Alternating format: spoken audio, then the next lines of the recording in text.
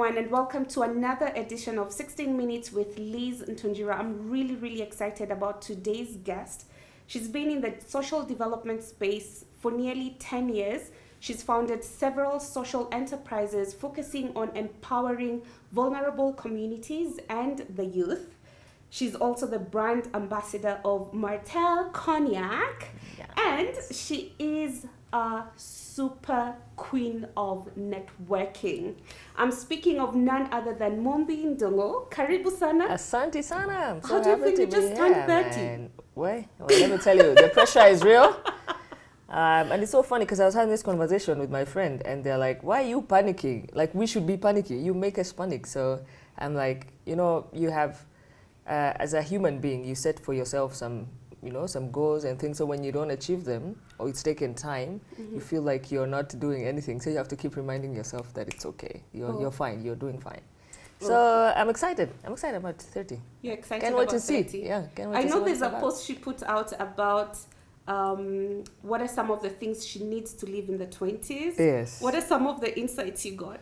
Oh, well, my friends are clowns, so not very insightful, but there's this one thing a lot of people keep telling me about the 30s, how your energy is different. So there's an urgency to be, a better person, to do better in what you're doing, So I'm really looking forward to that urgency. So you're not distracted by small things. So that's one thing I'm really looking forward to doing in my 30s.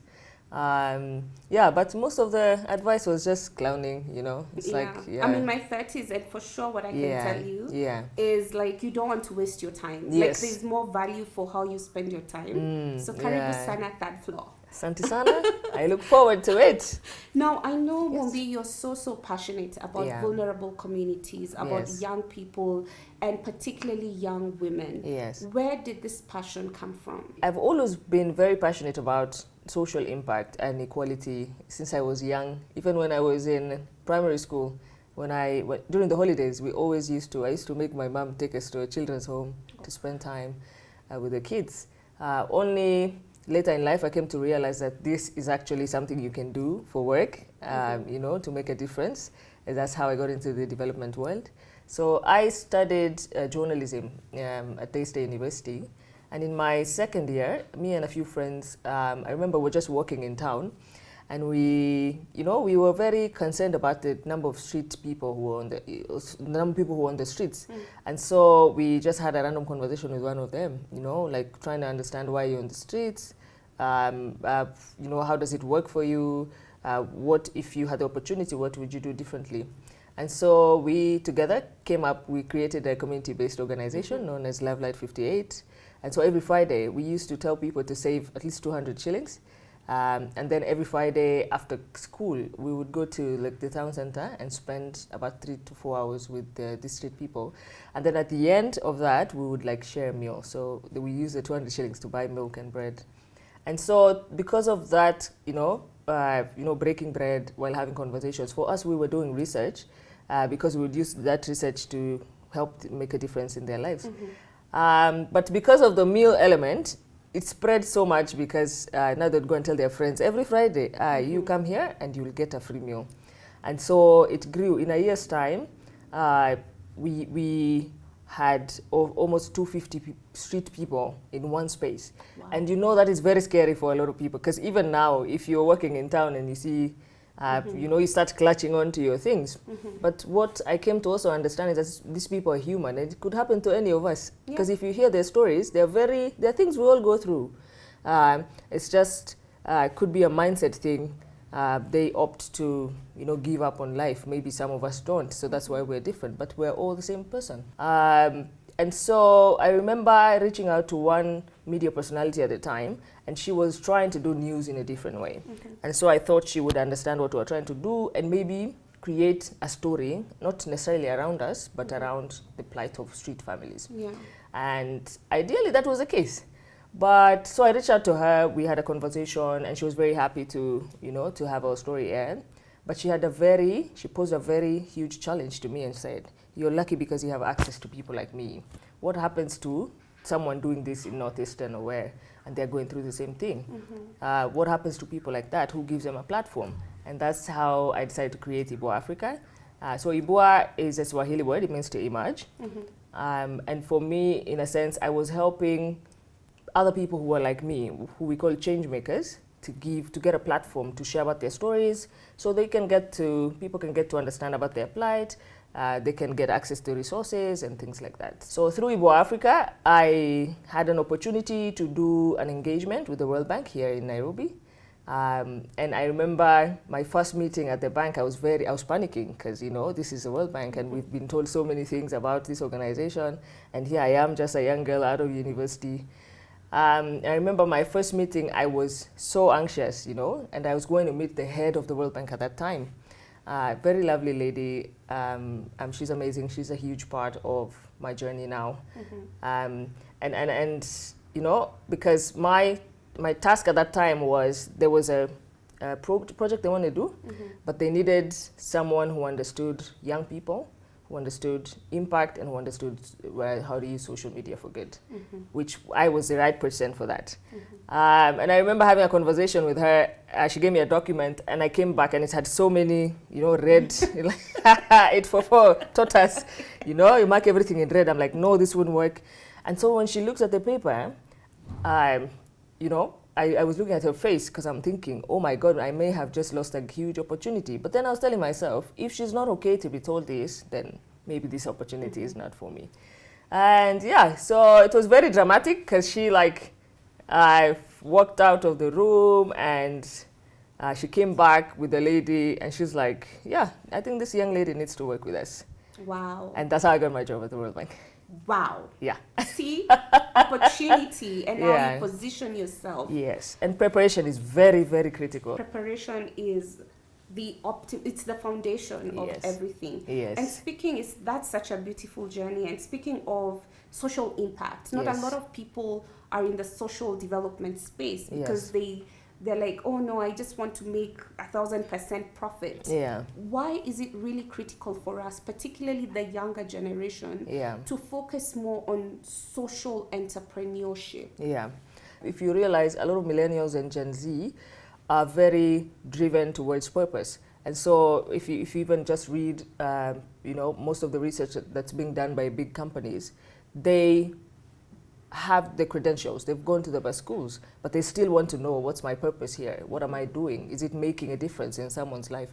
So I feel like this generation is going to shift a lot of that, and that's how social entrepreneurship has become quite popular.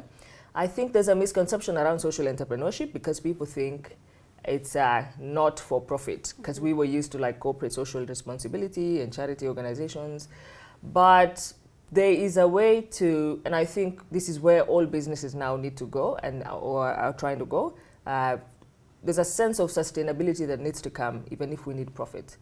Because we were not focusing on impact, that's why we have problems with climate change, because manufacturing institutions were very focused on commercial profit, commercial, but they didn't understand that what they were doing in manufacturing was affecting so that's how climate change happened. So I think sustainability is very critical now, and I feel that a lot of people should try and focus and see how, if you're doing business, how beyond the usual corporate social responsibility, 10% that you set aside, how do you do your business sustainably? Is it that you need to stop printing things more so you can save on paper? Is it that if you're in manufacturing, you focus on using the right materials for that? So it's not even about, I think, for, just wanting to make a difference in people's lives, but where we are heading in life, it's going to become quite critical to save even our earth, in a sense. So one of the things I am doing is, through my new social enterprise, which is known as Nora Africa, what we do is we design and deploy empowerment solutions. So you have an idea, you want to create a social enterprise, come to Mumbi, tell me this is the idea. I can show you how we can have that in a sense of a sustainable business within a certain period of time. A lot of young people struggle with imposter syndrome. What are some of the quick tips on how to ensure that you're in a room, you are an expert within that area, and just to get rid of that fear? So to be honest, the fear never goes away. Even now, even with something I'm very sure I know about, imposter syndrome is there. But again, it's a mindset thing. So for me, since I was very young, I've always had a very can-do mindset. So I tell people, even impossible has possible in it. So we can do it. And again, perhaps maybe that's something from my upbringing, just seeing, being brought up around, very strong, successful women in a sense. And seeing that this is a possibility, especially for women, I know it's a huge problem, because you feel I'm not good enough because I'm not a man, or, I can ask for this amount of money because I don't think I deserve it, or I can sit down and say these are my terms, or I don't understand my value. So I know it's a huge, huge problem that we all are going through. So for me personally, what works is, so one thing, I make sure I read a lot. I read so much, and not only about what I want to be good in. I read a lot so I can carry conversations that go beyond, because that's one very huge element of networking. Not everyone you meet is going to be in your field, but they can be of value to you. So you need to know how to keep them attracted or interested in what you're speaking about. You've mentioned networking. Yes. What is networking? Wow. That's I think you can define networking in very many ways. For me, I see my day-to-day life is networking. So I believe everybody has value. And for me, networking is finding a way to get that value, but also to be of value to them. So everything I tell my friends, even new people that I meet, is like our relationship has to be symbiotic. If it is not, then it's not working for me. And I don't only mean commercially. It can be of value through introductions to people.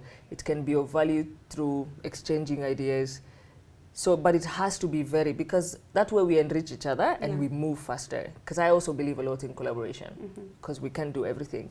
So I define networking in very many different ways, but I think for me that's it. So finding value in people, and then making sure that value works for you, but making sure you're also of value to other people. That's how I would define networking. Yeah. What are some of the quick tips on ensuring that you leverage any event, any introduction, any meeting that you have with somebody? So I would just rock up to an event because people are going to the event. And if I do, I have to make sure I'm going to get value from there. Or because of FOMO. Fear of missing out. Ooh, FOMO. And FOMO in Nairobi is very bad because there's something happening every day. So you have to make sure that you get value from what you're doing. So I used to be very strategic in my networking. So even if I want to come for an event, say Lizz Ntonjira Network is hosting an event, I will go and check out what the network does, see the kind of people who are part of that, and then see how I can be of value. So even if I come to an event, I used to have, and you can ask any of my friends, I had an intention to meet a specific person or talk to a specific organization. There's this saying that, all work and no play made Jack a dull boy. Yes. And I know you have such a crazy balance between, having fun and enjoying life, while at the same time working smart and working hard. Yes. Have you faced challenges where somebody's like, oh, she is very intellectual, but why is she promoting alcohol? The sole reason why I accepted to do the Martell opportunity, or I took the Martell opportunity, was more about the campaign they were doing than the brand. I love the brand, but I believe in the campaign that they were doing, which is about making a statement. So Martell is associated with, people who know what they're doing, because it's an excellent drink. It's, it's not, you just won't find it anywhere. It's associated with quality, which is what I try to associate myself with. But more so, it's about celebrating people who live differently, who dare to take, risks, opportunities, who live audaciously, which is very in sync with who I am as a human being. Any parting shot? So I think my one parting shot for now, since I am 30, I can give advice. I have wisdom. I think my one parting shot is be easy on yourself.